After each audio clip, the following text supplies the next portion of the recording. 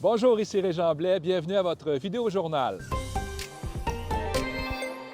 Comme vous pouvez le constater derrière moi, il y a beaucoup de machinerie prête à intervenir parce qu'en fin de semaine, on va détruire complètement le pont qui surplombe l'autoroute 410 sur le boulevard Bourque et la rue King West, bien sûr dans le cadre de cet immense chantier de reconfiguration de l'échangeur d'Arche. Donc, l'autoroute 410 qui va être fermée toute la fin de semaine à partir de 21 h ce soir et ce, au plus tard jusqu'à lundi, 6 h du matin. Alors, évidemment, si vous avez trouvé que c'était un peu compliqué pour circuler sur le nouveau pont d'étagement temporaire qui a été aménagé, bien, considérez qu'en fin de semaine, ça sera pas mal difficile quand même parce qu'il y aura évidemment des détours le temps qu'on démolisse complètement ce pont. Je vous rappelle que le chantier de l'échangeur d'Arche est prévu jusqu'à la fin de l'année. De plus en plus de travailleurs temporaires étrangers se retrouvent sans emploi. C'est que les entreprises, parfois, n'ont plus de travail pour eux. On peut imaginer que ça place les travailleurs dans une situation de vulnérabilité.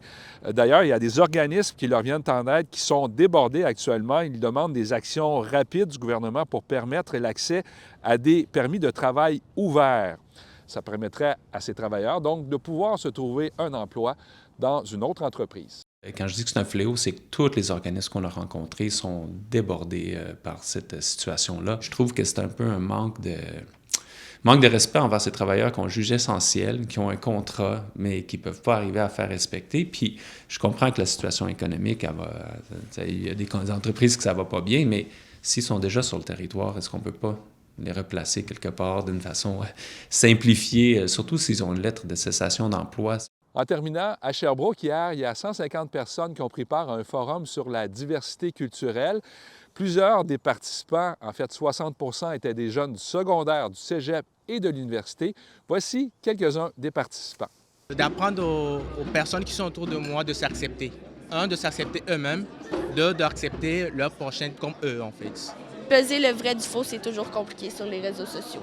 Exactement. Fait que la désinformation, ce serait vraiment une amélioration à apporter puis un changement, justement. Un défi. C'est ça. Tout ce beau monde présent à ce forum ont reçu d'ailleurs la visite de comédiens de la série Like I Knew, qui sera bientôt disponible sur ICI Télé, une série qui se déroule dans une famille haïtienne. Passez une très bonne journée et une bonne fin de semaine. À bientôt!